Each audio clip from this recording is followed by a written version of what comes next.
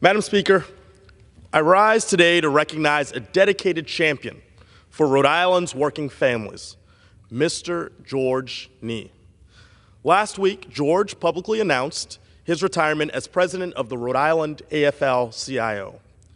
On October 11th, he will leave behind a towering legacy of over 50 years fighting for workers.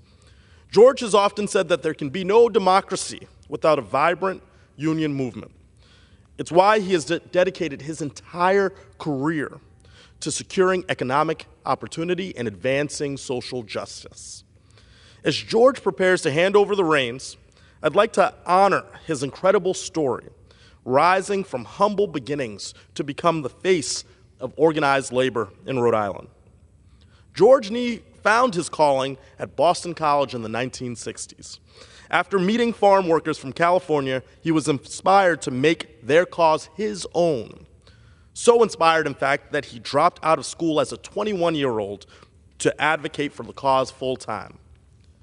George's early jobs involved coordinating Boston's successful grape boycott and later a lettuce boycott in Rhode Island. Thanks to his efforts, farm workers who spoke little to no English were able to secure better conditions and union contracts. He slept in church parishes, on office floors, and even in an abandoned building on Brown University's campus. It wasn't glamorous work, but George got the job done. His successful efforts introduced him to key players in the labor movement, including a soft-spoken man from Delano, Mr. Cesar Chavez. George was his driver and a bodyguard whenever he was in the area, and in the mid-1970s, George joined Cesar and 8 others in a pilgrimage across Southern California. Their courageous campaign to organize farm workers led to a tense standoff with growers armed with shotguns. But that's textbook George Nee. Never one to shy away from what's right. Never one to back down from a fight. So after returning to Rhode Island, George helped to organize an independent union for jewelry, clerical, and healthcare workers. This organization became the Service Employees International Union, or SEIU, Local 1199.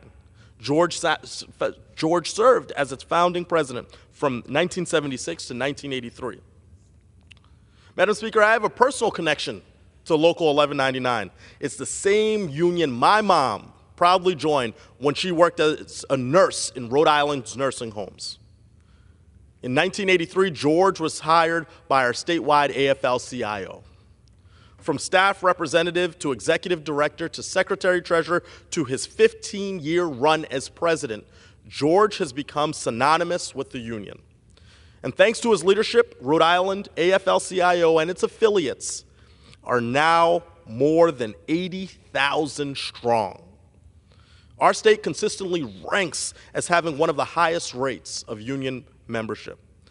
And despite changes in the economy and a varying degree of appeal to organized labor, though it's at its most popular right now, George has kept the faith. He's been tireless, relentless, devoted, and a champion for workers and their families. Above all, he has never lost sight of the ultimate goal, to make sure that working people have a seat at the table whenever decisions are being made. I saw this firsthand when I worked as an advisor in the governor's office in Rhode Island several years ago. I'll never forget the quintessential image of George at the Rhode Island State House. It was roaming the halls and making the case to legislators about the need for critical protections, critical investments. George's accomplishments are too many to name with the time that I have remaining, but suffice to say that his dedication to our state will stand the test of time. Madam Speaker, I'd like to conclude by quoting a portion of George's retirement letter, and I seek unanimous consent to insert it into the congressional record. Without objection. According to George, labor is the strongest countervailing force that stands up to the power of the business community with the goal of having a level playing field.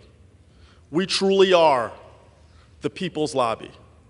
Truly, the people's lobby, never a bad cause to be fighting for. For decades, George Nee has been a mentor and a friend, a colleague and an advocate, and a fighter for the working people of Rhode Island. The He will no gentleman's doubt time has be expired. missed. On behalf of the hardworking men and women of the state of Rhode Island, I say thank you, George. I yield back.